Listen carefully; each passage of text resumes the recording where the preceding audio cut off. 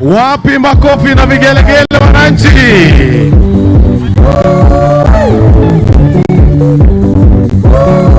Asanteni sana wasanii wetu, tuwashangilie wanapoondoka. Asante sana. Kwa kweli ni afya nyumbani kama ilivyo kauli ya Mheshimiwa Rais wa Jamhuri ya Kenya. Shukran sana DJ. Asante sana Mheshimiwa Rais, tunahitimisha burudani. Tafadhali chipukizi, hatutaweza kukuruhusu kuimba wimbo wako kwa leo. Hakuna shida, manake hata nilikuwa sijaumaliza. Mheshimiwa Rais, kwa onyesho hilo ndipo tunakunja jamvi la tamasha yetu ya burudani leo tunapoita mashujaa wetu. Tunashukuru wote waliopanga na wote walioshiriki. Kwa sasa Mheshimiwa Rais, kuwakumbusha kwamba kauli mbiu ni afya nyumbani. Maadhimisho ya sherehe ya mashujaa leo ni afya nyumbani, na sasa tungetaka kuwaruhusu wanamizi wa kujitolea ili waweze kuingia, CHPs, the community health promoters, waweze kuja hapa katikati ili waweze kuendelea na hafla hii, ahadi ya wahudumu ambayo watakapewa. Kwa hivyo tuwaruhusu tafadhali waingie, waje katikati ya uwanja, na kwa sasa nitamwalika pia waziri wa afya ajitayarishe ili aweze kuwaongoza kwa ahadi ya wahudumu wa afya. Tuwapigie makofi. Pia hawa ni mashujaa ambao wamejitolea kwa muda mrefu, lakini kutoka leo mambo yabadilika. Tuwapigie makofi tafadhali wakija. And now we welcome the community health workers, which is part of the universal health coverage that is going to be launched by His Excellency, the President of this great nation, after the signing of the bills yesterday, which are now law. We would now like to call upon the CS for Health, Mheshimiwa Nakumicha, aje awaongoze kwa ahadi ya kujitolea. Karibu Mheshimiwa.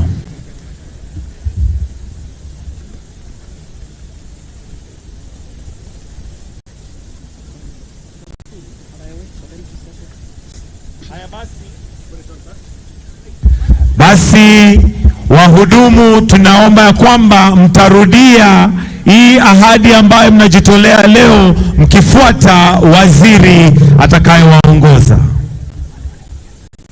Bado tunangojea waingie, wakiingia basi tutaendelea, lakini bado wanaendelea kuingia. Basi tukiwashukuru, tuwapigie makofi tafadhali. Tuwapigie makofi. Hawa ni washujaa pia, mashujaa ambaye ni wahudumu wa kujitolea, lakini mambo yabadilika. Na sasa nitamwalika waziri wa afya Madam Susan Nakumicha ili awaongoze kwa ahadi. Mheshimiwa Rais, sasa ni wakati wetu wahudumu wa afya nyumbani kutoa ahadi ya huduma kwa afya nyumbani. Nitawaomba nyinyi wote wahudumu wa afya nyumbani mrudie mambo haya nyuma yangu. Sisi wahudumu wa afya nyumbani tunaahidi kutumikia jamii zetu kwa mioyo thabiti, mikono wazi, ujuzi na kwa kujitolea. Lengo letu ni kuelimisha, kuwawezesha na kusaidia jamii zetu kukuza afya, kuzuia magonjwa na kuwaelekeza kwenye huduma za afya. Tunakubali jukumu hili tukufu na tuko tayari kutumikia jamii zote. Afya yetu, afya yetu, jukumu letu. Ndio. Asanteni sana. Na sasa tukipeperusha bendera, tutawaomba warudi mahali walikuwa, pole pole tu tukiwaelekeza. Hebu tuwapigie makofi wananchi tafadhali. Na kwa sasa wakiondoka pia kuna lori ambazo zitakazoingia, ikiwa ishara ya kwamba sasa dawa pia zitapatikana, na tutamwomba rais atateremka hivi karibuni ili aweze kuflag off ikiwa kama uzinduzi wa universal health coverage.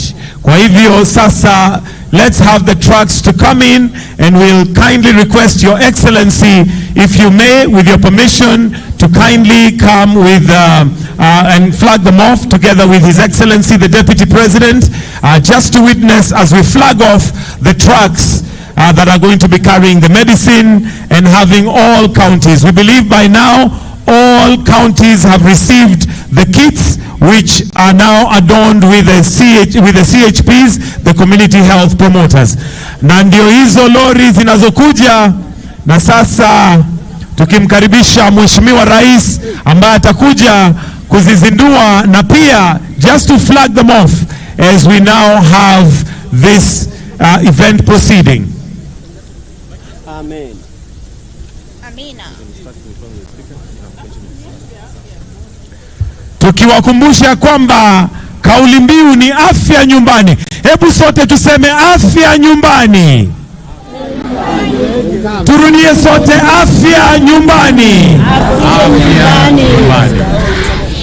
We now have these trucks that have the medicine, and each truck is representing a region, but every county is represented. Wapi makofi ya rais? As he continues to flag them off. Come on, let's tumpongeze kwa makofi rais wa Jamhuri ya Kenya.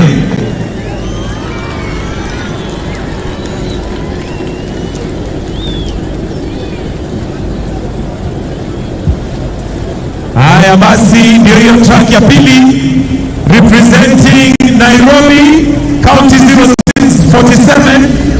Because of time, we only have 8 tracks representing the 8 regions. Marsabit County,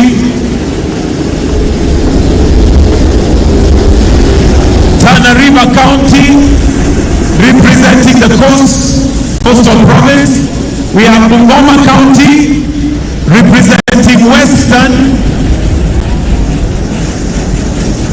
Alafu tuko na Homa Bay County, representing Nyanza. Pia tuko na Wajir County, representing the northern. Basi tuko northeastern. Tuko na ingine moja, na hiyo ni ya Nyandarua County, representing Central. Asanteni sana. Thank you so much, Your Excellency. Tunashukuru, na kwa heshima tutaomba uweze kurudi.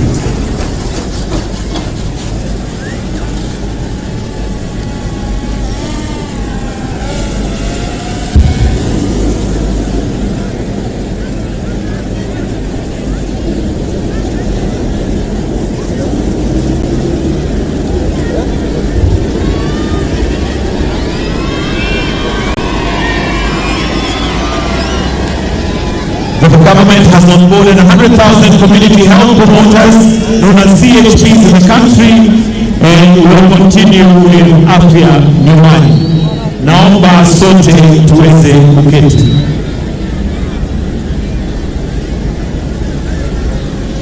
Mheshimiwa Rais, kwa heshima sasa naomba niruhusu nimwalike gavana wa eneo gatuzi la Kericho tukaribishe kwa kifupi, kisha amwalike naibu wa rais. Lakini kabla tufanye hivyo, tungependa pia kufungulia na elezo ya kwamba kuna wananchi wengi sana wamejaa pale nje. Kwa hivyo gavana, niwie radhi, ningependa kwanza tuwaruhusu wananchi waweze kuingia ili waweze pia kuhudhuria tukiendelea. Kwa hivyo tafadhali tuwaruhusu wananchi waweze kuingia kabla nimwalike gavana aweze kutukaribisha hapa Kericho. Na kama wananchi wanaingia, hebu tuweze kutizama kwa runinga sauti ya mwananchi. Tukiwaruhusu wananchi kuingia, hebu tuweze kuweka kwa runinga sauti ya mwananchi. Asanteni. Sauti ya mwananchi. Tumefanya kazi kwa muda mrefu kwa kiwango cha hivyo, lakini kwa sasa tunafanya hata tunapata kitu hata nini. So amefanya vizuri sana kwa tunapata kitu hata siku ndipo tukipata ile token tutashukuru. Hapa sisi watoto tunajua mambo ya kwa tunafikiri kwa nini serikali kulingana na juhudi ya rais hakika hao watapata nguvu na hao watakuwa na ile msisimiko ya kufanya kazi zaidi. Sisi tumeanza kuongeza lakini sidhani kama kufanya jambo tumekaa kwa miaka mingi bila rais bila serikali na sasa wakati huu tutatoka serikali tunasema karibu na karibu Kericho wakati wa mashindano na nataka kusema ni kila mmoja kwenye serikali na yetu anaelewa ametupatia turuki tutakuwa tukitumia mashindano tukingana atuachie hapa aendelee kutufuatilia sana lakini tunafanya kazi gani hiyo kitu vitu anatuletea kufurahia. Tunashukuru serikali sana na Mungu awabariki tena awazidishie na zaidi ya yote waendelee kutukumbuka hata na vifaa zaidi. Tukielekea wananchi wapate knowledge kuhusu maendeleo ya ADVERTISE, tunaona kwamba tutatumia pesa nyingi kununua dawa. Tunapotashirikiana bila msaada, ningependa kuambia sisi wote waendelee na kazi nzuri wanafanya. Tutasaidia mama hata watoto wa kijiji, hata usafi na kukaa katika hali inayofaa kama wananchi wote. Ile kitu ambayo ningependa kwanza ningeshukuru serikali kwa mkono ambao wanachokoza hizi. Kususia ni vizuri kidogo kwa. If Mashujaa is community health promoter, you are not volunteers, we are promoters, help to our president. Whenever you are, we say we salute you. Naomba waingie kwa utaratibu tafadhali, na pia tuweze kuweka kitu kingine kwa runinga. Wanaendelea kuingia bado, and at this point allow me to also recognize His Excellency Tete Antonio, the Minister of Foreign Affairs for Angola, who is representing His Excellency the President João Manuel Lourenço, President of the Republic of Angola. Together with his delegation, we recognize you and appreciate that you've honored us with your presence. Studio, naomba tuweke pia kitu kingine kwa runinga. Wananchi wanaendelea kuingia. Wananchi ni waombe tuingie tu kwa utaratibu, sote tutaruhusiwa tuingie. Muraguri, nilianza hii kazi kutoka mwaka wa 2003. Miaka hiyo 20 nimefanya hiyo kazi. Kwangu nafurahia kwa sababu naifanya na roho yangu. Hii exercise nafanya registration, naona ni muhimu kwa sababu serikali yetu itajua ni watu wangapi wako na disability, wapi wako na diabetes, ni wangapi wako na hypertension, ni watoto wangapi wamezaliwa, ni wazee wangapi wako over 70 years. Hiyo statistics itasaidia serikali kwa chochote inataka kufanyia community. Kutoka hiyo miaka tumefanya hii kazi ya community health promoters, tulikuwa tunaandika kwa mikono. Unaandika saa ingine karatasi inapotea, unakimbia kwa public health, unamwitisha ingine, unakuja unajaza. Sasa unakuja unarepeat hiyo information ndio umpelekee. Kupeleka kwake hata kwake inaweza potea. Sasa hii technology, chochote umeweka hapa haitapotea. So this is very safe kwa kwetu na kwa serikali. Unaona information iko hapa, sio yako na yake. Lakini kwa simu yangu hakuna mtu anaweza ingia. Sababu nikipa submit na submit kwa PSU. Akitaka kujua ile yangu ni watoto wangapi wako na disability, anaenda kwa system. Hata niuliza, akitaka kujua ni watoto wangapi wamezaliwa, anaenda kwa system. Hata president mwenyewe akitaka kujua mambo yote atakuja hapo. Akiklik tu atapata information yote. Na tushukuru serikali kwa kutupatia hii. Tumechoka na kuandika. Sasa kutupatia hii inaonekana sasa tunaenda digital sisi wote. Afya yako, jukumu langu, mimi ni shujaa.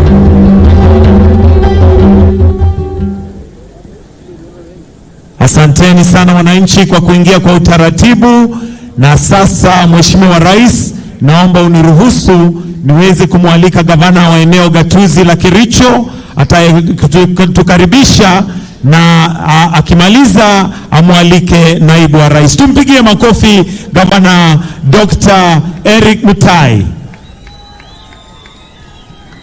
Thank you so much, Your Excellency, the President of the Republic of Kenya, Dr. William Samoei Ruto, Her Excellency, the First Lady, Mama Rachel Ruto, His Excellency, the Deputy President, His Excellency Rigathi, Her Excellency Rigathi Gachagua, Rigathi Dorcas, the speakers of the two houses, all invited guests, ladies and gentlemen. It gives me a pleasure this morning to welcome all of us to Kericho County. Indeed, if there is one single honor you have demonstrated to the people of Kericho, is your choice to have this state event in Kericho County. And on behalf of the great people of Kericho, we wish to say thank you, na kwa niaba yao tunasema asante sana. Secondly, Your Excellency, we wish also to indicate that as we celebrate this very important occasion, as the county government of Kericho, we have 1,600 community health promoters. With the program you have put in place, we are committed as counties to ensure that we commit 50% in our budget to match what the national government is providing us, so that we are able to give stipend to the community health promoters. Secondly, Your Excellency, as Kericho County, we want to say thank you because of the great infrastructural development that has taken place in our county. Just to mention, the other day, we were able to launch the ICU at Kapkatet, which was equipped by your government. We were also able to launch our basic oncology center in Kericho to handle matters cancer through the support again from your government. And we want to say thank you for the same. We also want to appreciate the great infrastructural work that has taken place in Kericho town. And today, when we look at Kericho, we see a complete different town altogether. Out of that, Your Excellency, we commit as a county to move with your agenda of expanding Kericho town. I know that we have earmarked 1,000 acres for expansion, and already we are in the process of negotiating with the squatters so that Your Excellency will be able to get a new town of Kericho. We also look forward, Your Excellency, towards the completion of the airport. Today, I am a proud governor on behalf of these great hustlers of Kericho, that you are able also to land at Karenga Stadium, which is historical in itself and will remain in our hearts. As Kenyans would say, today we can sleep with our shoes tonight, because we never imagined we can have landing in the airspace around. Our request is for station towards completion on the same. Lastly, Your Excellency, towards achieving the healthcare and towards accessible healthcare, already we have upgraded level 4 to level 5. Our ask, and I know you know these things, Your Excellency, because these things you initiated when you were minister and when you were deputy president. And this includes the construction of the proposed level 6 for the South Rift, which I know is your agenda. This also includes the completion of Londiani Masaida Dam, and this also includes the Poster Dam, which I know in your agenda, and I don't want to elaborate on that because it is within your agenda and because you know this county, and as a father of this nation, you are familiar with the desires of our hearts in this region. Lastly, we want to say thank you for this stadium. Today we have a very beautiful stadium, and as a county we are saying thank you. Out of this, again, Your Excellency, we invite Your Grace to also consider what you began and what you have always done for the completion and the construction of Kapkatet Stadium, which is an historical ground for us. Basically, Kericho is a home of heroes, as I conclude. The first athlete to conquer the track is none other Kiplimo Rugut, who hails from this county and the son of this county. Your choice to celebrate the universal health coverage is well informed, because the word Kericho, when you remove this, when you have the prefix of it, Kerich means Kerichek, which means medicine in our language. And so your choice of Kericho is well informed, because it's a county of medicine. With those few remarks, Your Excellency, let me take this humble opportunity to welcome His Excellency the Deputy President, Rigathi Gachagua, to come and address the people who are here today.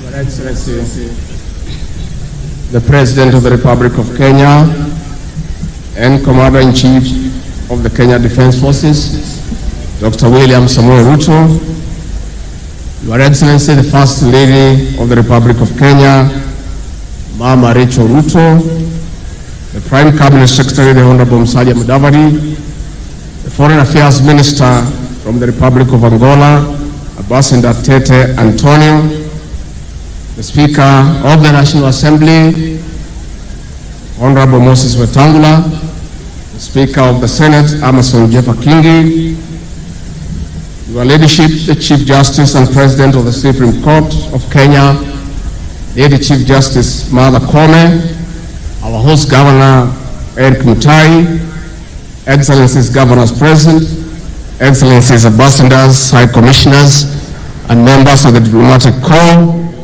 all other leaders, na wananchi wa Kericho, hamjambo. Hamjambo tena. God is good, and all the time. Salimieni kwa hewa. Bwana Yesu asifiwe. Bwana Yesu asifiwe tena.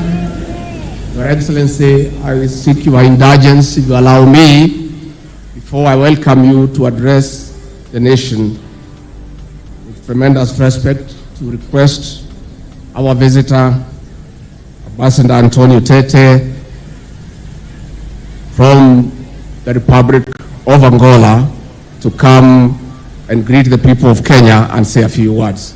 Ambassador.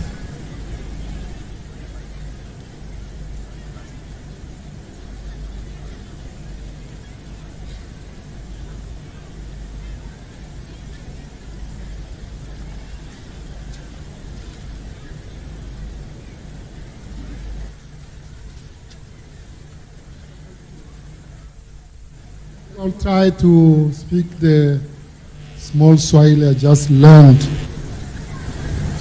Ndugu na dada wa Kenya, hamjambo.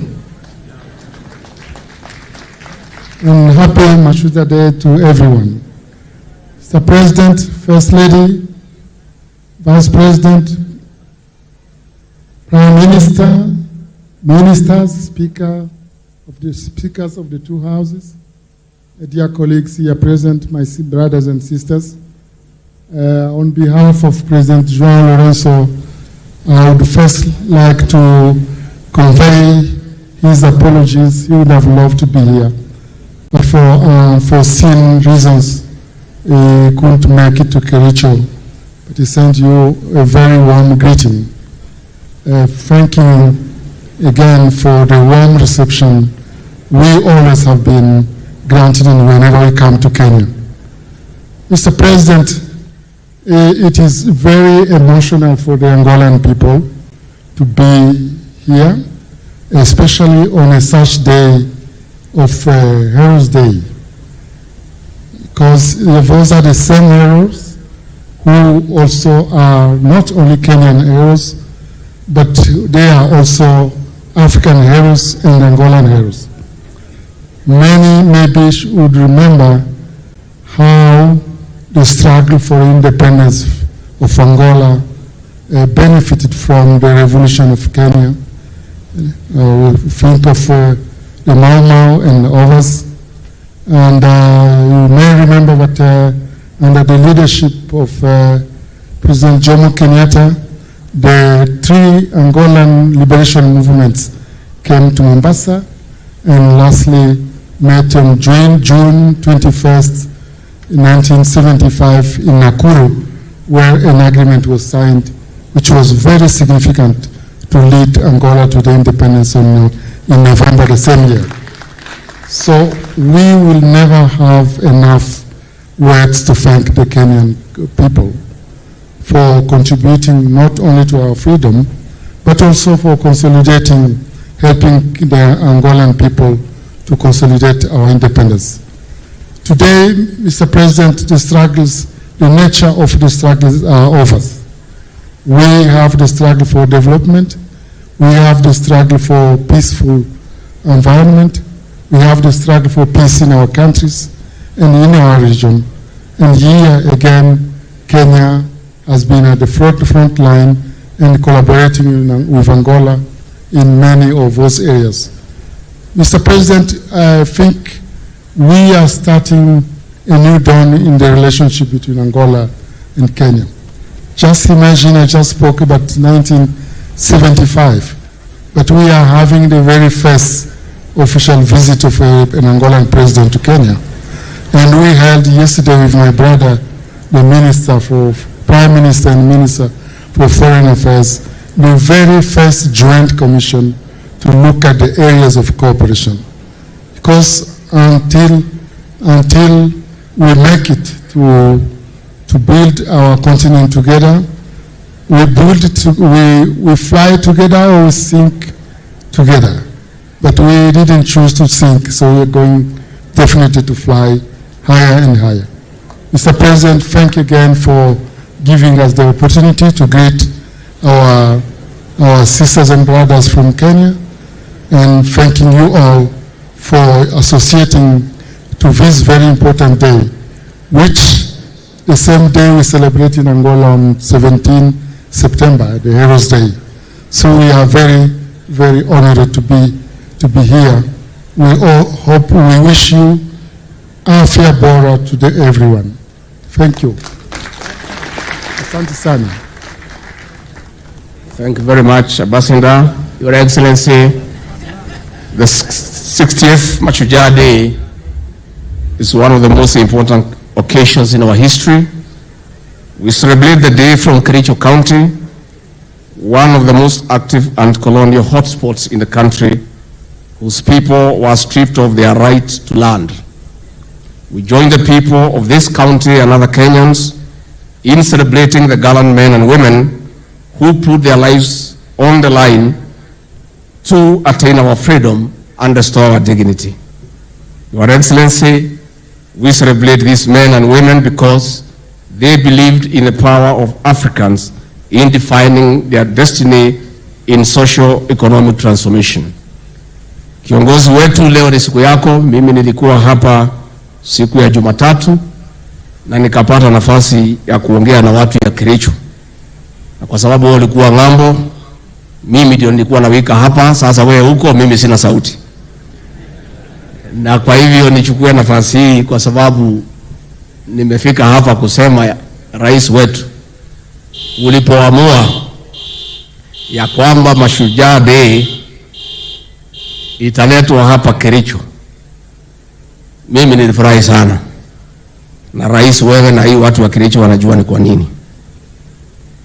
Na niseme watu ya Kericho, hatutachoka, rais na mimi na timu yetu, kusema asanti kwa maombi yenu na vile mlituunga mkono tukapata nafasi ya uongozi. Watu ya Kericho, asanteni sana. Pia kabla nimwalike rais, pia nipongeze watu ya Kericho kwa sababu mlitupatia kiongozi chupavu, leader of the majority in the Senate, the Honorable Aaron Cheriot, ambaye anatusaidia pale na rais, na hata zile sheria rais ameidhinisha jana, yeye na viongozi wa Senate walichangia kiwango kikubwa. Kwa hivyo lazima tuseme asante kwa huo kiongozi mlitupatia. Bila kuongea mengi, ningeuliza nyinyi nyote msimame munisaidie kwa shangwe na vigelegele kumkaribisha Rais wa Jamhuri ya Kenya. Mr. President, you are most welcome to address the nation. Asante sana Mheshimiwa Deputy President. Tafadhali mnaweza keti chini. Kericho, hamjambo?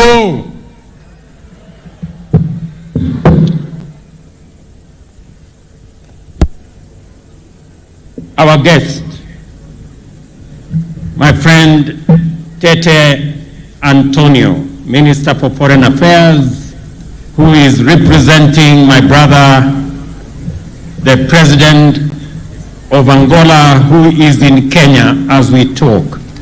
And he will be having a state visit tomorrow. Fellow leaders, the great people of Kericho, distinguished Kenyans, members of the diplomatic corps, guests, ladies and gentlemen, watu wa Kericho, hamjambo tena.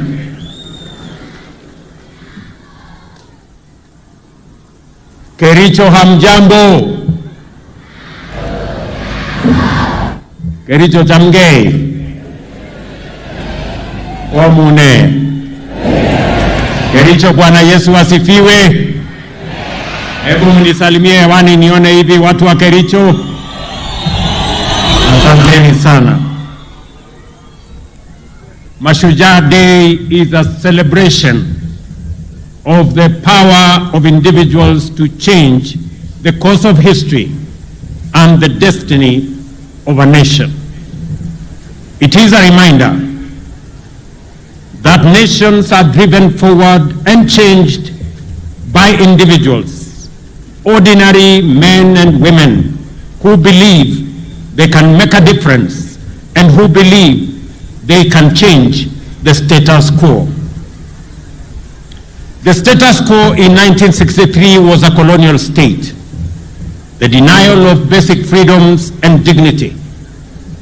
Deep inside many individuals then, they believed change was necessary and they took action. Individuals' belief resulted in action and ultimate progress that made us the people we are today, an independent, democratic, progressive nation. Today, the status quo is a hunger for socio-economic transformation, one that most of us feel is long overdue, and we are rightfully so. The need for heroism is as urgent as it was in pre-independence Kenya. The power of individual action is still as powerful today as it was then. Our heroes today are on the farms, the markets, in factories, in offices, in construction sites, and in many other places. Our heroes are using their creativity to create content and shape culture. They are playing on fields, running on tracks, and working across many other fields. Every day, when we do our best, when we deploy our diligence, intellect, passion, creativity, hard work, and the sense of purpose, every day that we believe we can make a difference, we are changing our country. This is our call to Mashujaa, to the best of us, to be the best of us every day, and to move our nation forward. This is why we are focused on empowering Kenyans to be at their best on diverse fields, by democratizing and innovating government services to ensure that we give as many Kenyans as possible the opportunity to be their best so that they can move our country, our nation forward into a destiny that we all share as a people. The Constitution guarantees Kenyans the right to the highest standards of health. Since independence, successive governments have made efforts in guaranteeing access to quality and affordable health care for Kenyans, but with limited success. There have been several attempts and efforts to achieve universal health coverage. One in 2003, in 2013, and in 2018. However, these efforts were met with little success. It is for this reason that the government of Kenya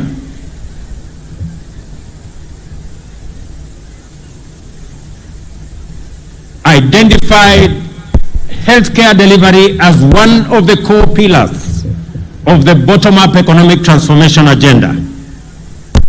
In the Kenya Kwanza Manifesto, we made several commitments towards the delivery of universal health coverage. These include the provision of a fully public finance primary health care, the installation of a digital health management information system, and the setting up of a fund for improving healthcare facilities across Kenya. Other commitments were the setting up of an emergency medical treatment fund, the establishment of a national insurance fund that covers all Kenyans, and the availability of medical staff who deliver on this great universal health coverage that has been in the works for a long time. The government has instituted a paradigm shift to preventive and promotive health rather than where we've been at curative health. This approach also makes economic sense. Community health reports state that for every 1 shilling invested in community health, 9 shillings and 40 cents are realized in economic and social gains in our society. In our plan, delivery of primary health services at community level will start with community health promoters. And we are very proud that they are represented in large numbers today in this very important Mashujaa Day. The work of the promoters will include basic preventive and promotive health, health education, basic first aid for the treatment of minor injuries and ailments at household level, and referral for facility-based healthcare. Each community health promoter is allocated 100 homes within their neighborhoods, and this will happen countrywide. Considering the pivotal role played by community health in attainment of universal health coverage, the long-term financial viability and sustainability, so that we can enable these great heroes of our time to help us on the delivery of community health at the household level. It is worth noting that as of today, over 1 million households in 10 counties have been visited already by community health promoters, overt services, and their data captured in the Afya Nyumbani dashboard. And this is a significant major achievement, as this dashboard is not only available to the Ministry of Health, it is also available in my office. We also agreed to provide the 100,000 community health promoters with kits, which contain basic equipment for household health screening, medicines and supplies used for service provision at the household level. And as you can see today, every community health promoter here present, each one of them has a health promoter's kit. And that is the case with 100,000 community promoters everywhere in the Republic of Kenya. Quality community health data is essential for the planning, resource allocation, and monitoring of progress towards universal health coverage. The government is committed to delivering on the digital health agenda, starting from the community level. The electronic community health information system, which is live and being used by the promoters across the country, is a simple and user-friendly mobile health device being used, and its application will be used to collect real-time, accurate household data. It will also initiate planning for health service delivery and provide linkage to health facilities. Along the CHP kit, the government has provided additionally 110,000 smartphones for use by the promoters and community health assistants. The shift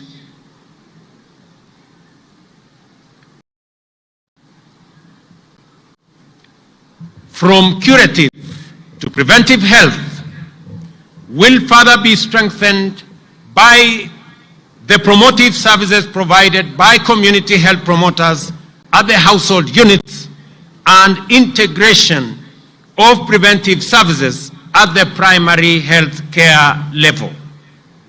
These services will include screening for hypertension, diabetes, and high conditions, offer the necessary health education on water and sanitation, nutrition, and provide community rehabilitation services, among others.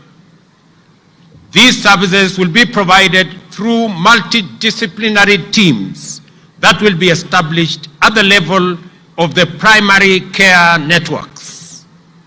To strengthen the legal basis for health financing, health service provision, and achievement of UHC, 4 new health laws, which I signed into law yesterday, have been enacted. These are the Community Health Insurance Act 2023, Primary Health Care Act 2023, Facility Improvement Act 2023, and Digital Health Act 2023. Health insurance coverage in Kenya is generally low at about 26%, with those at the bottom of the economic pyramid having the least coverage at only 5%. Many Kenyans incur catastrophic expenditure from out-of-pocket healthcare payments, while many more do not seek care at all when they fall ill because they simply cannot afford it. Over the last decade, several measures have been put in place to enhance the capacity of the National Hospital Insurance Fund to effectively deliver on its mandate. While these reforms and the initiatives therein have yielded significant progress, several gains and several gaps remain. Recent analyses show that, among others, the NHIF operates as a passive rather than a strategic purchaser of healthcare.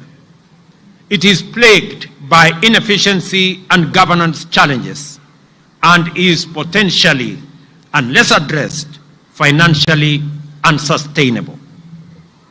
It is against this backdrop that the government proposes a paradigm shift in the provision of social health insurance in the new Social Health Insurance Act 2023 that provides for formation of a social health authority which will repeal the current National Hospital Insurance Fund Act 1998. In our plan, I promise a fully publicly financed primary health care system, an emergency care fund, and a health insurance fund that will cover all Kenyans. This promise is delivered through the enactment of the new Social Health Insurance Act, which among others establishes the publicly financed primary health care fund, a fully publicly financed chronic and emergency and critical illness fund, and the social health insurance fund, and access to health care from now henceforth will no longer be based on ability to pay. It will be based on the health needs of every Kenyan. We are implementing a per household payment system where a flat rate applies to everyone regardless of their income. Consider this, for example. Previously, an individual earning 10,000 had to pay Kenya shillings 500 for NHIF, a hefty 5% of their earnings. On the other hand, those with a salary of 100,000 or more contributed 1,700, a mere 1.7% of their income. Astonishingly, even someone with monthly income of Kenya shillings 1 million, like William Ruto, the president, paid the same amount of 1,700, which translates to a paltry 0.17% of their substantial earnings. This bizarre setup meant that low-income earners, mamambogas, and bodabodas were effectively subsidizing high-income earners like myself. The Social Insurance Fund corrects this anomaly and makes sure that every citizen pays for health a percentage of their income, an equal percentage of their income, so that we can equalize the fortunes of every citizen with respect to access to health. The Social Health Insurance Fund also signifies a shift to increased use of domestic resources for health financing and a sustainable approach, especially at a time when resources from donors and development partners are dwindling. The healthcare system in Kenya is largely focused on curative services at the expense of preventive and promotive services. This has occasioned inequity in financing, which has disadvantaged primary healthcare uptake and promotion. The government's mission is to build a progressive, responsive, and sustainable healthcare system for accelerated attainment of the highest standard of health for all Kenyans. The funds allocated to public health facilities have substantially reduced over the years, as they are directed to the county revenue fund and are rarely reinvested into the facilities. The lack of autonomy in public health facility management and financial control has led to increasing fragmentation, poor service delivery, deteriorating health outcomes, reduced efficiency, access, equity, financial protection, and also in significant transparency and accountability. The Facility Improvement Financing Act corrects this situation and aims to structure the process and guide the counties on how to provide for retention, management, and use of revenue derived from health-related services rendered at public health facilities. The Act seeks to ensure a unified approach for health facility finance and management autonomy, where public health facilities are able to retain their funds and have autonomy to operate their facilities based on their priorities. This will improve availability of resources at the facility to provide adequate and equitable quality health services, increase efficiency, and thus improve health outcomes for all Kenyans. Kenya has made significant strides towards digital transformation, with many sectors leveraging on technology to enhance implementation of digital products and services. The health sector has made steady progress in digital technology transformation through implementation of digital solutions to manage and share and use data. However, the adoption of technology has been uncoordinated and characterized by fragmented implementation, with health sector actors not adhering to basic digital health standards, guidelines, recommendations, and digital development principles. These technologies have affected how health data is managed, resulting in multiple systems that have limited ability to exchange data. The Kenya Kwanza Manifesto identifies digitization as a pillar for the health sector to achieve universal health coverage. Accordingly, the Digital Health Act provides the legal basis for the development of a comprehensive and integrated health information system. These systems will enable end-to-end visibility of health processes and seamless sharing and portability of information that will enhance health service delivery and improve efficient use of resources. The enactment and implementation of the Act and the digitization agenda will deliver on the promise to integrate ICT to enhance telemedicine and health management information systems.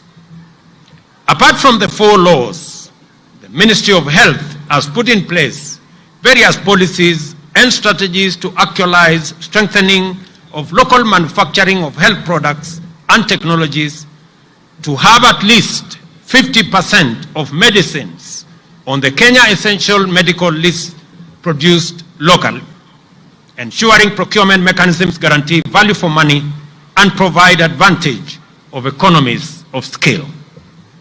Our mission is clear: to build a healthcare sector that is a shining example to the world, with healthcare workers in the right numbers who are motivated, well supported, and inspired to deliver their best. Together, we will ensure that every Kenyan has access to quality health services when they need it, regardless of their background or financial circumstances.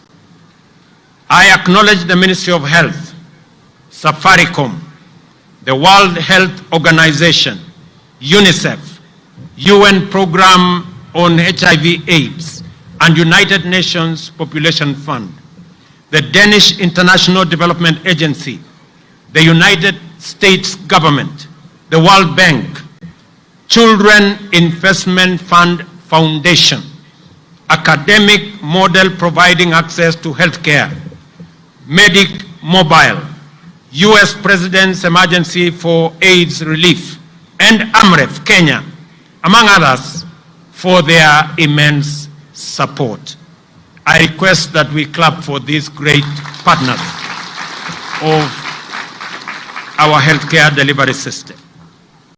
Kenyans have deliberately rejected ideas and programs that limit our productivity, waste our resources, and delay our takeoff.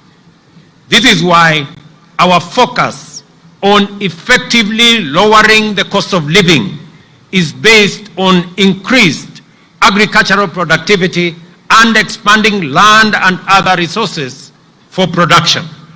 We have rolled out an agricultural support program that has provided farmers with access to fertilizer, affordable credit, and extension services. By end of July, we had distributed 3.5 million bags of region-specific crop fertilizers in 41 counties to registered farmers, working with county governments for last-mile delivery. For the first time in Kenya, fertilizer was distributed on the basis of acreage and the crops that farmers produce via a digital e-voucher platform. The results of this program are evident across Kenya. We have placed over 200,000 acres under cultivation, which is more than last year. We are looking forward to a bountiful 44 million bags from the long rain season and 61 million bags overall for both seasons, marking an impressive increase of over 40% in relation to last year. Fertilizer support for the short range crop is now available at National Cereals and Produce Board depots for regions that planned in this season, including central Kenya, eastern and western parts of the country. I urge all unregistered farmers to use this opportunity to register so that they can benefit from the support of fertilizer for all their crops, whether it is tea, coffee, sugarcane, macadamia, avocados, and all the other crops that are engaged with our farmers. To reduce our national edible oil import bill, which currently stands at $1 billion annually, the government is supporting sunflower cultivation by distributing 600 metric tons of seed to farmers in partnership with counties in eastern, western Nyanza regions during these short rains. It is important that we are working with counties on other oil crops to deliberately reduce our import bill on oil and edible oil requirements for our country. When we came into office in September last year, only 320 government services were available online. Today, there are more than 13,000 services, and we expect to onboard all services by the end of this year. This has increased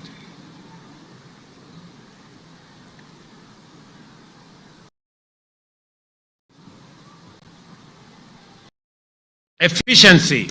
This has increased efficiency in service delivery, revenue collection, and enhanced accountability of government services and revenues. The government is currently rolling out the last mile 100-kilometer of fiber optic infrastructure throughout the country to improve health facilities, improve schools, judiciary offices in far-flung areas, and other public institutions.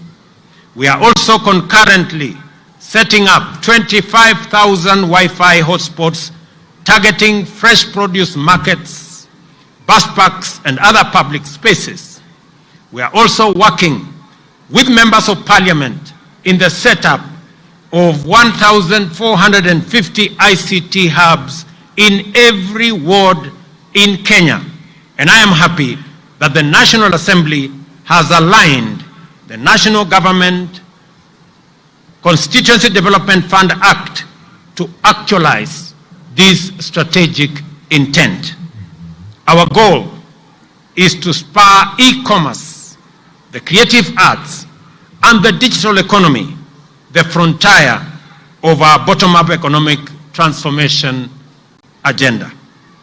We continue to make significant progress in our education sector. Immediately after assuming office last year, we ended months of uncertainty by resolving that junior schools be domiciled in our primary school setup. We have reduced the teacher shortage by hiring more teachers. In the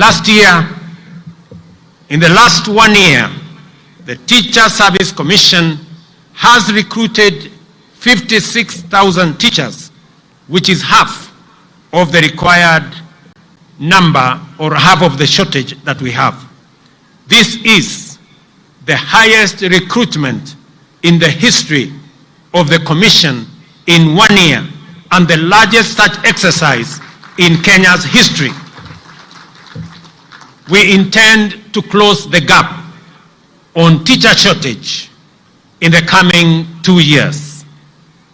Further, in keeping with government's policy to equip Kenyan youth with practical skills and competencies, we are working with our TVETs to ensure that another 2,000 TVET college tutors are hired to support our TVET education that has increased from 90,000 8 years ago to 350,000 currently.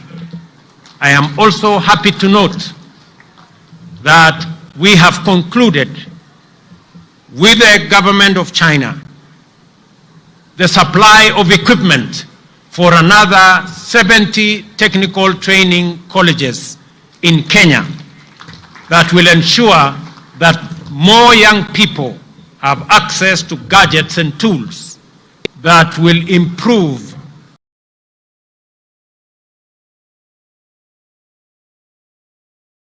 their acquisition of knowledge and skills to be able to be job ready as we march forward into the future.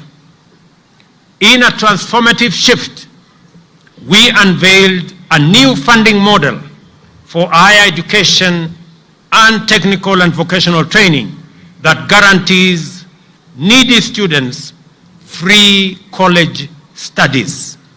The funding comprises government scholarship, government loans and bursaries, and household support. Through this model, we have raised the funding per student by 40%, and we have now eliminated the tragic situation of many of our universities that were steeped in huge debts because of underfunding that had become the norm. Housing is a revolutionary agenda that will have an extensive impact across the economy. At scale, the affordable housing program will create jobs for our young people, expand the manufacturing of construction products and materials, and enhance economic activity across many sectors. The construction of 46,792 units is already underway, and another 40,000 units are ready to commence construction in the next few days. Architects, engineers, quantity surveyors, masons, electricians, plumbers, transporters, steel factory workers, cement factory workers, and hardware merchants will be engaged in this transformative construction housing enterprise to construct 200,000 housing units annually. The construction of one unit, for the record, creates between 3 and 5 jobs directly and 5 to 8 jobs indirectly. More jobs will be created with the formalization of the Jua Kali clusters that will provide products such as doors, windows, and hinges for this program.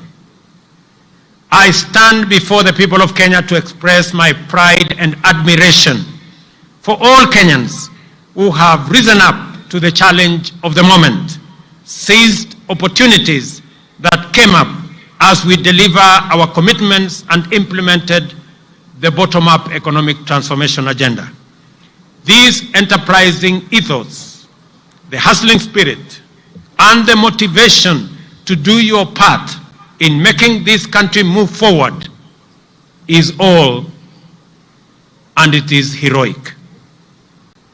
Therefore, let us dedicate ourselves to nation-building endeavors, assured that as long as we are implementing the bottom-up economic transformation agenda, your government stands with you and will walk the road of growth and development with every Kenyan until we accomplish our purpose and fulfill our mission.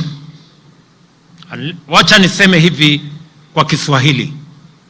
Leo tumetumia Mashujaa Day ya mwaka huu kwa jambo la muhimu sana ambayo inahusu Wakenya wote. Jambo la afya. Vile nimewaeleza, tumekuwa tukitafuta mbinu, jinsi na namna ya kuhakikisha ya kwamba afya inamfikia kila Mkenya, na afya isiwafikie wale wako na uwezo peke yao, lakini ifikie kila Mkenya, kwa sababu maisha ya kila Mkenya ni ya muhimu kwa Wakenya wote. Na ndio tumesema tunabadilisha sheria. Jana niliweka sahihi sheria 4 mpya ambayo itatumika kuendesha mambo ya afya, ambayo itafikia Wakenya wote katika taifa letu la Kenya. Tunaanza na hawa community health promoters. Hawa mashujaa wamekuwa wakifanya kazi ya afya kama volunteers kwa miaka nyingi, na ndio tumesema tukienda mbele, kwa sababu hawa community health promoters wamefanya kazi ya muhimu, sasa tutawapatia vifaa. Jambo la pili, tutahakikisha ya kwamba watapata malipo kwa kazi mzuri wanayofanya kwa afya katika taifa letu la Kenya. Na jambo la pili, sheria mpya ambayo tumetengeneza itaturuhusu na itatupatia nafasi sote kama Wakenya kuchangia kwa mambo ya afya. Nataka niwaeleze ndugu wa Kenya mambo matatu ya muhimu kwa hii mfumo mpya ya afya ambayo tunazindua leo. Ya kwanza, pale katika level 1, 2 and 3 dispensary na health center, kila Mkenya atapatiwa matibabu bila malipo yoyote. Na gharama ya matibabu katika level 1, 2 and 3, gharama yake italipiwa na serikali ya Kenya kupitia kwa ile fund ya primary health. Jambo la pili, pale katika dispensary yako ya nyumbani na katika health center yako ya nyumbani, sasa Wakenya watajumuishwa katika usimamizi wa ile facility. Nyinyi katika kijiji yenu, katika mtaa wenu, nyinyi mtakuwa na kamati ya kushughulikia mambo ya afya katika dispensary yenu, katika health center yenu. Ndio kama hakuna dawa, nyinyi wenyewe mtashughulika mjue na mtupatie habari ya kwamba hakuna dawa katika hii hospitali, ndio Wakenya waweze kupata nafasi ya kupata afya katika mahali karibu pale nyumbani. Kwa sasa Wakenya wengi wanaenda kwenye hospitali yenye iko mbali kwa sababu ile dispensary iko hapo karibu haina dawa, haina wauguzi na haina service. Na ndio tunasema hivi, sheria yetu ya pili ni kuhakikisha ya kwamba kila facility, kila hospitali, kila dispensary, kila health center watakuwa na pesa zao, na pesa ya facility yenu haitapelekwa katika facility ingine na haitapelekwa kufanya kazi ingine yoyote. Itatumika katika hiyo facility yenu, ili pesa ambayo imewekwa katika budget ya facility yenu ya nyumbani, nyinyi wenyewe kama wananchi mkisimamia na wauguzi, na tumesema ya kwamba wananchi wenyewe wahusishwe, viongozi wa kanisa wahusishwe, viongozi wa serikali katika kiwango hiyo wahusishwe, na development partners pia watakuwa pale, na hata watu wa civil society wakuwe pale, ndio tuhakikishe ya kwamba hakuna wizi tena ya madawa katika mahospitali zetu, katika dispensaries zetu na katika health centers zetu. Vile vile wananchi wengi wakipata ajali, wakipata hali ya dharura, wakienda hospitali wanaambiwa wewe huna card, wewe huna uwezo wa kulipa. Sasa emergency, chronic illness na ajali zote, kila mwananchi atakubaliwa kutibiwa katika kila hospitali bila ya kuulizwa maswali, kwa sababu maisha ya kila mwananchi ni ya muhimu. Wananchi wengi wananiuliza kwamba wale hawana uwezo wa kulipa NHIF ama wa kulipa sasa ile card ambayo ni ya Social Insurance Fund itakuwaje? Wacha mimi nitangaze katika hafla hii ya kuzindua afya nyumbani kwamba kila mwananchi atalipa kulingana na mapato yake, na yule mwananchi ambaye hana uwezo, serikali ya Kenya itakulipia card ya hospitali.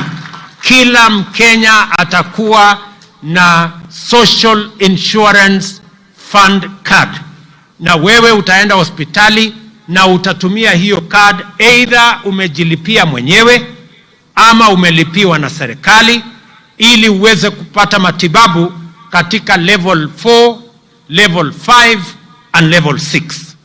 Kwa hivyo kila Mkenya, either utaenda katika level 1, 2 and 3 na upate matibabu bila malipo, ama uende level 3, level 4, 5 and 6 na utumie kadi yako kupata matibabu.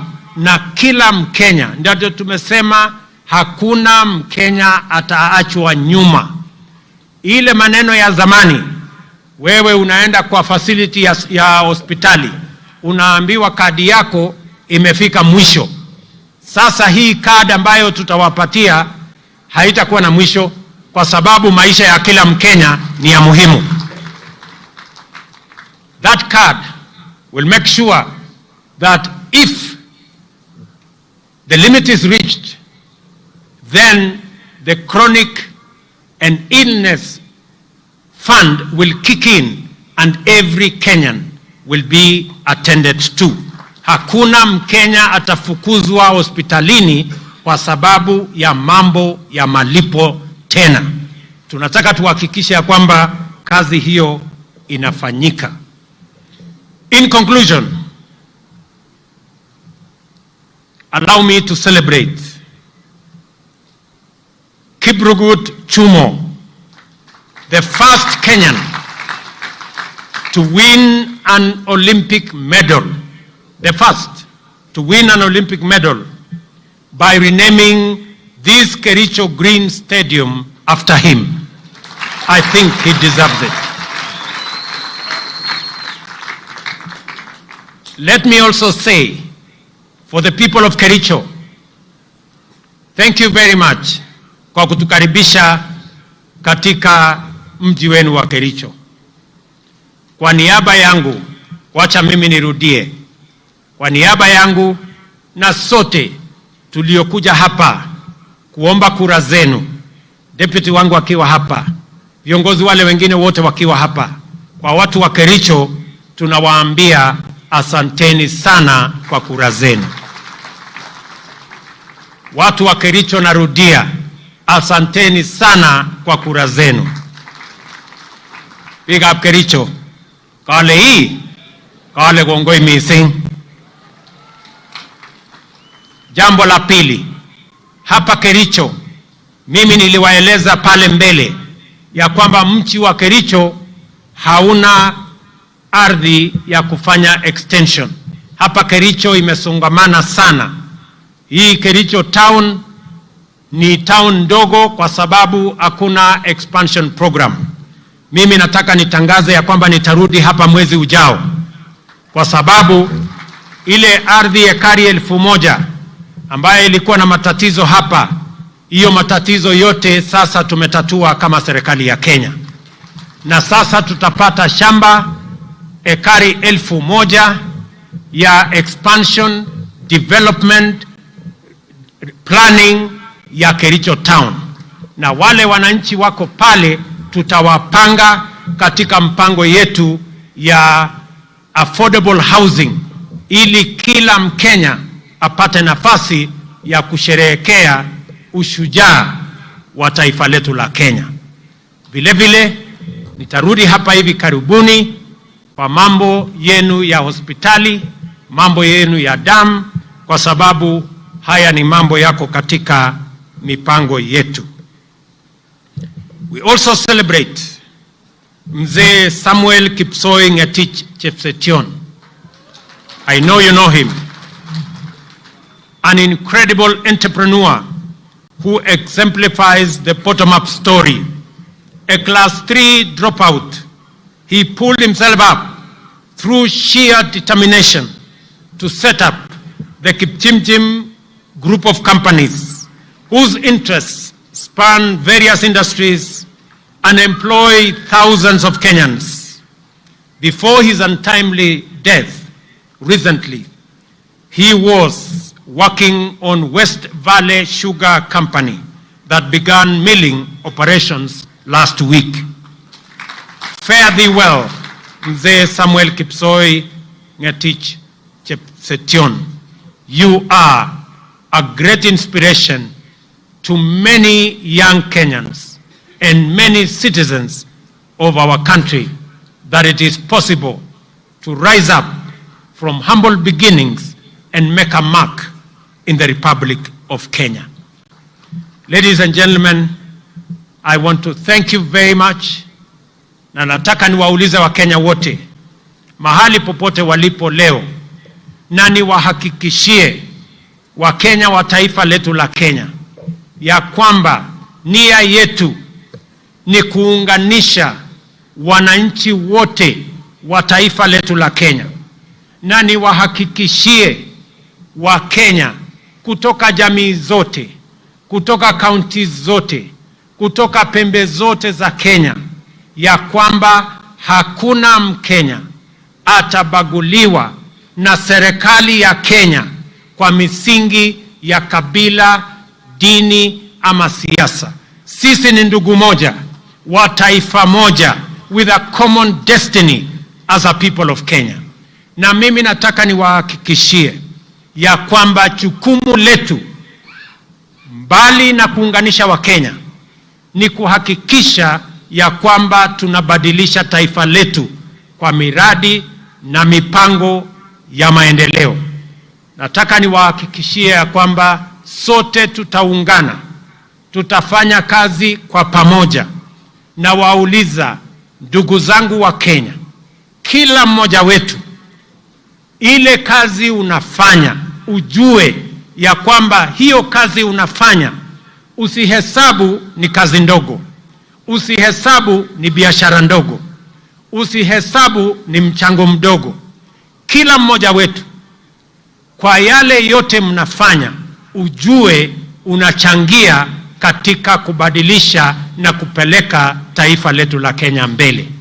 Na tutafanya yale yote yanawezekana kama serikali ya Kenya kuwashika mikono nyinyi mnaofanya bidii, mnaoamka mapema kuchangia katika kufanya kazi na kuendesha taifa letu la Kenya mbele. Nataka niwahakikishie ya kwamba sitarudi nyuma, sitafanya chochote ambayo itazuia Mkenya mwenzetu kufikia atma yake ama kufikia malengo yake. Nia ya serikali yetu, nia ya serikali ya Kenya, mpango ya serikali ya Kenya ni kumwezesha kila mwananchi awe bora kuliko alivyo sasa, muweze kuchangia katika kubadilisha taifa letu la Kenya, katika mahali mnafanya kazini, ile biashara mnafanya, yale yote mnafanya katika sehemu mbalimbali. Na mimi vile vile nataka niwahakikishie ya kwamba nitahakikisha ya kwamba pesa zenu mnazolipa kwa ushuru, kwa jasho lenu, pesa zenu ambazo tunakusanya katika kaunti zetu kwa levies, kwa taxes na kwa njia zingine zote, pesa zenu zitatumika kwa njia inayofaa, haitafujwa, haitaibiwa, wafisadi hawatanyemelea. Na tayari nimetangaza katika taifa letu la Kenya, na mtaona mambo hivi karibuni, ya kwamba wale wote wanahusika na kuiba pesa ya Wakenya na mambo ya ufisadi na mambo ya ukora, mambo yao ni matatu, na nyinyi mnajua vile nimesema. Kwa hivyo, I want to guarantee every citizen of the Republic of Kenya that we will hold your hand as you make your contribution in whatever you are doing, in a small way, in a big way, as a casual worker, as a permanent and pensionable worker, as a worker on contract, as a person waking up early and sleeping late, in driving the wheels of our economy, in pushing the destiny of our country in the right direction, that you have my support, you have the support of the government of Kenya, and we are going to work together towards building one united, democratic, indivisible Kenya. Na mimi nawauliza jameni, tuungane katika kazi hiyo. Mungu awabariki sana. God bless you and God bless our country Kenya. Asanteni sana. Basi niombe kwa heshima sote tuweze kusimama kwa wimbo wa taifa na wimbo wa Jumuiya ya Afrika Mashariki, na wale ambao wamevalia kofia zisizo rasmi tuweze kuzivua kwa heshima.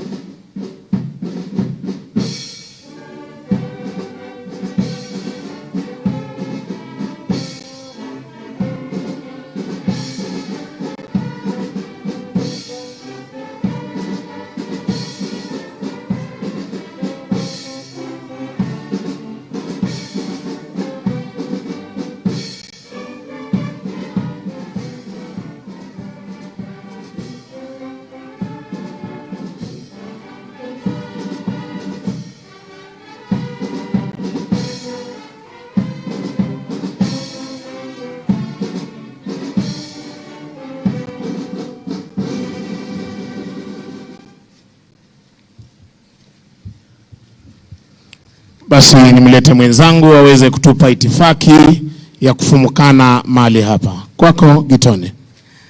Mheshimiwa Rais, kwa ruhusa yako nitaomba tukubaliwe kuondoka kwa itifaki. Wananchi tuwe watulivu ili tuweze kuwapisha viongozi wetu kuondoka. Nafasi hii nitaomba nimwalike Mheshimiwa Rais Daktari William Samoei Ruto, Rais wa Jamhuri ya Kenya na Amiri Jeshi Mkuu wa Majeshi ya Ulinzi, pamoja na Mama Taifa Mama Rachel Ruto, wakisindikishwa na Mkuu wa Majeshi ya Ulinzi waweze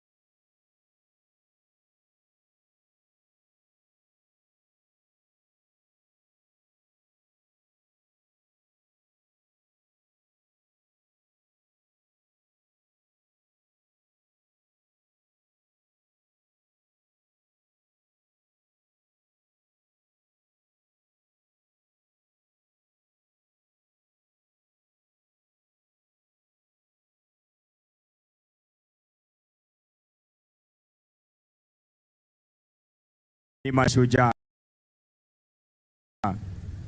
Atafuata kwa karibu Mheshimiwa Naibu wa Rais, Mheshimiwa Rigathi Gachagua na Pastor Dorcas Rigathi. It will be followed by the visiting Foreign Cabinet Secretary from Angola. Asante sana Mheshimiwa Rais. I will invite all the diplomats, their excellencies, ambassadors and high commissioners to remain on dais. Commissioners to remain on dais. Ambassadors and diplomats to remain at the dais who will have pulled their transport. Mheshimiwa Naibu wa Rais Rigathi Gachagua na Pastor Dorcas wanaondoka. Spika wa Bunge la Kitaifa, Bunge la Seneti na Jaji Mkuu watafuata. Spika wa Bunge la Kitaifa na Bunge la Seneti. Na mtazamaji, tamati ya sherehe hizi za kitaifa za Mashujaa Day ikiwa zimefanyika katika kaunti hii ya Kericho. Huu ni uwanja wa Kericho Green Stadium ambao tayari rais ameweza kupendekeza kwamba jina lake libadilishwe kufuatia kile kilicho ama kufuatia ushindi wa yule mwanariadha kaunti hii ya Kericho ama anayetoka kaunti hii ya Kericho.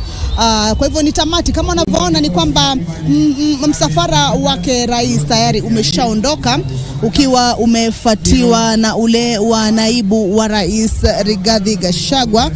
Alafu kisha tulikuwa tunafahamu kwamba aliyekuwa atafika kusherehekea nasi sherehe hizi alikuwa ni rais wa Angola, lakini hakuweza kufika hapa Kericho. Rais akihakikisha ama akifafanua kwamba amefika nchini Kenya, lakini hajaweza kufika hapa, ila waziri wa masuala ya nje ambaye anaitwa Tete Antonio kutoka nchi ya Angola ndiye ambaye ameweza kufika na kujumuika nasi katika sherehe hizi za kitaifa za Mashujaa. Alafu kisha tunaona kwamba kunao msafara unaoendelea kutoka hapa katika uga huu wa Kericho Green. Msafara kunao jaji mkuu, wapo wale maspika wa mabunge, wapo wale wajumbe kutoka nchi mbalimbali na makamishna wakuu katika nchi mbalimbali ambao wameweza kujumuika katika sherehe hizi za leo. Kwa hivyo ndio tamati hiyo, lakini ni yapi ambayo yamesemwa? Mtazamaji, kukukumbusha tu ni kwamba unafahamu kwamba kauli mbiu ya sherehe hizi za mashujaa tofauti na zile zilizokuwa za kawaida kila siku. Wapo mashujaa ambao wameweza kutambulika 157 wameweza kutambulika kwa kutoa huduma zao katika nyanja mbalimbali. Unakumbuka rais alipokuwa anatoa hotuba yake amesema kwamba mashujaa wanaotambulika humu nchini ni mashujaa wafanyikazi, ni mashujaa walioko katika katika mashamba, ni mashujaa ambao wako katika viwanda wanaofanya kazi, ni mashujaa ambao katika viwanja ambao wanafanya riadha, ni mashujaa ambao wako katika vitengo mbalimbali ambao wanajaribu kuwakilisha Kenya ama kusaidia nchi kwa njia moja au nyingine. Kwa hivyo katika orodha tuliokuwa nayo ilikuwa ni ya 157 ambao walikuwa wametambulika hii siku hii ya leo, na vile vile utakumbuka kwamba ni imekuwa siku muhimu ambayo imepewa kipaumbele sana katika sherehe za leo kwa kufuatia kule kuzinduliwa kwa ile universal health coverage. Anasema afya bora nyumbani, kumaanisha kwamba ni mpango ambao unapania haswa ama unapania pakuu kuweza kufikisha huduma za afya kule nyumbani kabisa.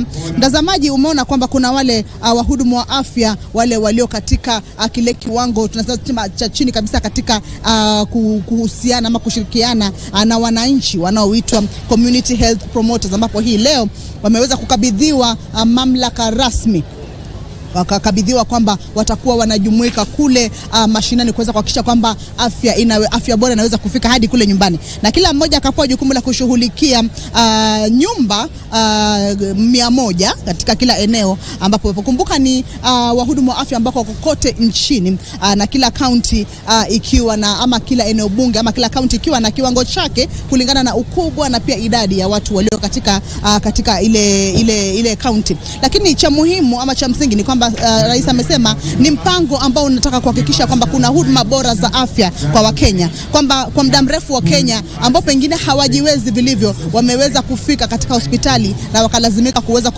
kutumia pesa zao mfukoni kuweza kutafuta huduma za matibabu, lakini mpango huu unataka kuhakikisha kwamba pengine tunaweza sema kama maswala kuhusu fedha yanayohitaji mwananchi kuweza kupata afya katika kituo cha afya, basi anaweza kuhudumiwa bila matatizo ya aina yoyote. Kwa hivyo ni sherehe ambazo zimekuwa na mafanikio kuanzia mwanzo hadi mwisho. Sherehe za sasa zimeweza kuisha mapema. Mtazamaji, utakubaliana na mimi kwamba ratiba imeweza kupelekwa mbio, maana kaunti ya Kericho imekuwa ikishuhudia mvua wiki hii nzima. Tumekuwa hapa na tumeona kwamba kuna mvua inanyesha na ikadhaniwa kwamba leo pia itakuwa hivyo, lakini cha ajabu ni kwamba leo kumekuwa na jua na sherehe zimekwenda kwa njia iliyo safi kabisa bila matatizo yoyote. Kwa hivyo kwa niaba ya kikosi kizima kilichoweza kufika hapa kuweza kuandaa shughuli hii ama kuweza kuandaa upeperushaji huu wa moja kwa moja wa sherehe hizi za Mashujaa, nikiwataja tu yupo mwelekezi Diana Mugo, yupo vile vile mwelekezi Evelyn Kangai, na pia yuko vile vile mwelekezi John Muhika ambao tumekuwa tukifanya nao kazi hapa, pamoja na wapiga picha na mwenzangu Giverson Maina mahali popote alipo. Niruhusu tu nirudishe usukani huu studio, ambapo mwenzangu Ben Troy Njue namuona tayari yupo pale standby. Troy, na imani kwamba umeweza kusherekea ama umeweza kufurahia upeperushaji wetu wa matangazo haya ya sherehe za Mashujaa huko uliko studio. Kutoka kwangu Troy, narudisha usukani huu kwako, mimi ni Kamche Menza. Kwa heri kwa sasa.